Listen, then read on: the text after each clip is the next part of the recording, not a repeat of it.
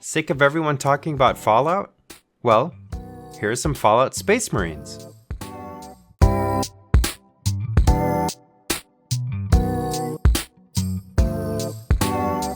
The first step of any kitbash is to identify the main bits you need to make something recognizable. In this case, it's the power armor helmet and shoulder pads. Huge thanks to Printed Encounter for making these Fallout-inspired bits.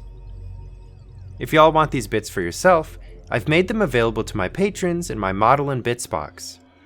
Also, make sure to check out Printed Encounter while you're at it. He's uber talented. I'm going to be clipping some of these together using a bunch of 3D printed parts. But here's proof they can be added to your normal Space Marines. All you have to do is a little cutting to get the old shoulder pads off and glue these bad boys on. Also, thank you to my Patreon supporters. I greatly appreciate you.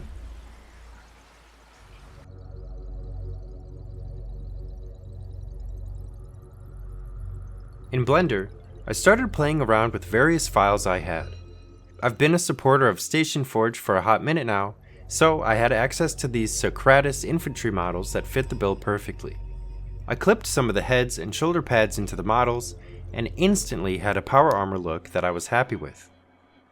I prefer to print the arms with the shoulder pads clipped in to give me as much control of the positioning and rotation as possible, but you can still print them out separately and glue them on individually. I wanted to do a little bit more kit bashing though. For the Assault Marine, I thought it would be cool to have a super sledge from the games. I used some arms from the Maker's Cult Black Knight upgrade pack and cut off the head of the axe with a Boolean difference.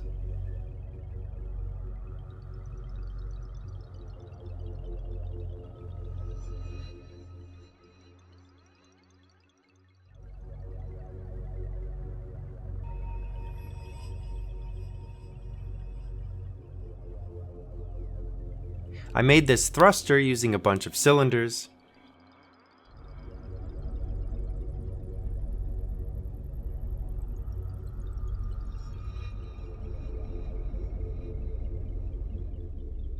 and added it to the hammerhead I made, which were just two different sized rectangles with beveled edges.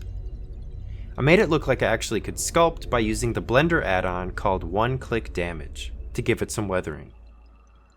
The Captain's Power Fist, which was also from the same Black Knight Maker's Cult kit, needed the punching plate as seen in the games.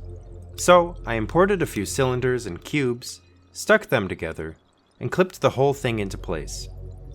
You can really make a lot of simple objects by just importing simple shapes and using the Inset Faces tool.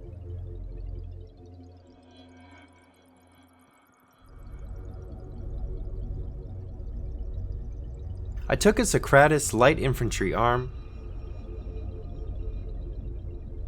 added a scope I made in a previous kitbash, and made the barrel longer by adding a cylinder with some holes cut into it with a Boolean difference.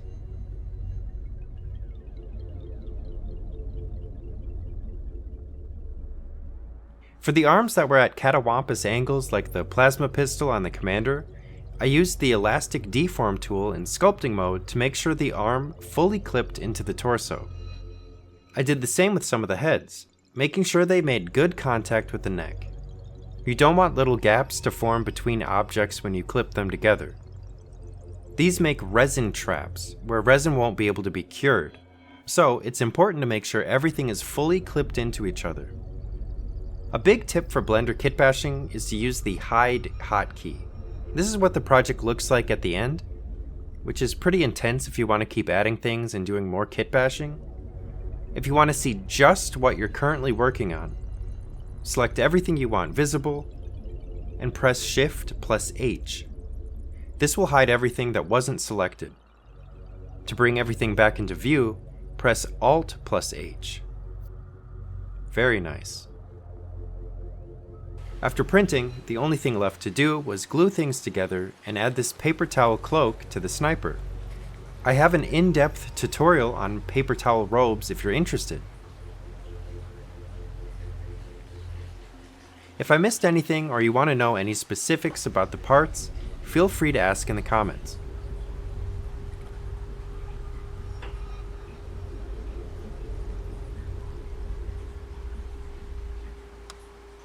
With everything assembled, it was time to get these bad boys painted.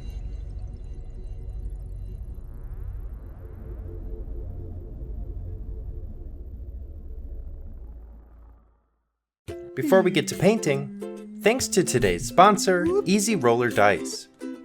They recently reached out and said they liked how I painted, and if I wanted to try some of their stuff. They sent me an extremely satisfying dice cup, a reversible microfiber bag that stands up on its own, and a bunch of 6-sided dice. The dice cup is surprisingly nice. It has leather on the outside and felt on the inside, so your dice won't get damaged rattling around in there. Their site has a ton of different colors to go with any army you have, and if you already have dice for your army, it's really useful to have these 12mm dice as wound trackers. The dice feel very high quality, are vibrant, and the pips are crisp. They have all sorts of dice, from metal to crystal.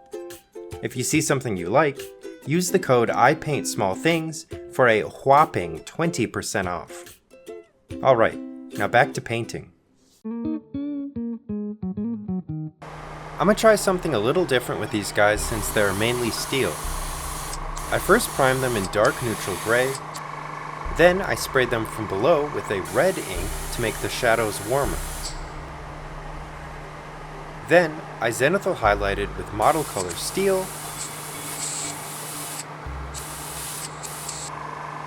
and finally a very light highlight with Pro Acryl Faded Ultramarine from pretty much directly above. And by very light, I mean like half a second spray. Honestly though, I'm not sure how much this step really added, and if I make more of these guys in the future, I'll probably skip it, but it's worth experimenting. You could do the same without an airbrush by priming them black, and then dry brushing all over with the steel color.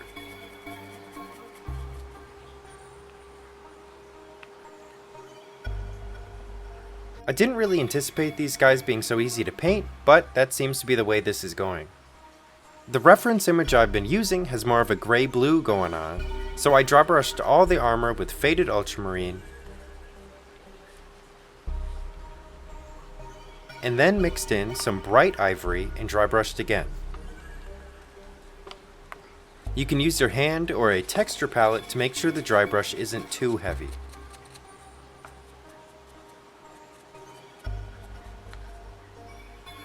Then I took a dark brown paint and painted on some chipping. You can do this with the sponge too.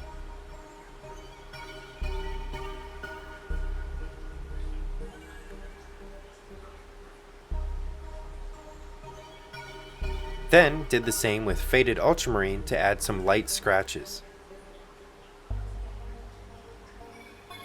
I also added some heavier scratches with a sharp brush and painted under them with Faded Ultramarine. This gives the scratches some depth and represents light catching the edges of the chipped paint. I highlighted anywhere on the armor that I felt needed a little more loving with Faded Ultramarine and ivory. Just to test how little I had to paint, I painted one without doing the whole blue dry brushing and chipping steps. I just dry brushed with a lighter silver metallic paint and did the remaining steps. I'll show you at the end and you'll have to let me know which one you prefer.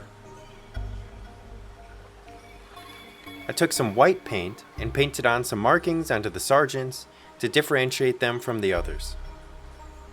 I then used black to pick out all the fabric between the armor panels and the eyes.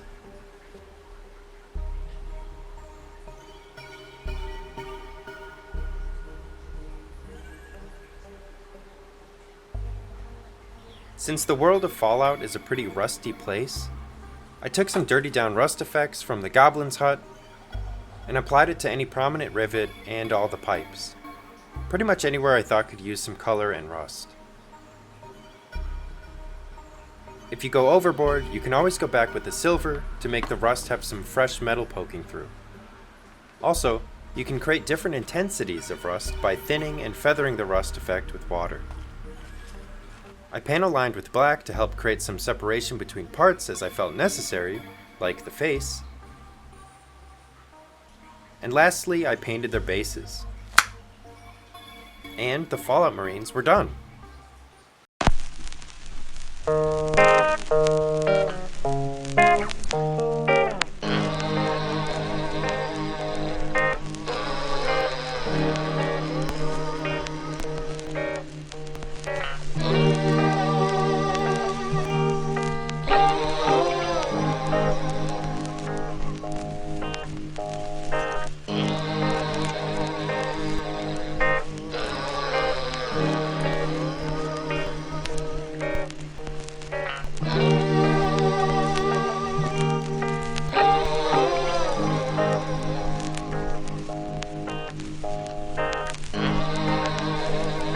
As promised, here's the Marine whose armor was only painted with a metallic zenithal, a silver dry brush, and the rust effects. I think if you're trying to make a bunch of these guys, this is an extremely quick way to go about it. I'm going to use these guys as proxies for Strike Force Justine and Kill Team. Alright, thanks for watching. Again, if you like the heads and shoulder pads, I've added them to my model and bits box for my patrons. Also, check out the extremely talented Printed Encounter who made the bits. If you enjoyed, feel free to like and subscribe. If you really enjoyed and want to help me keep making videos, consider supporting the channel on Patreon. I greatly appreciate it. Alright, bye-bye.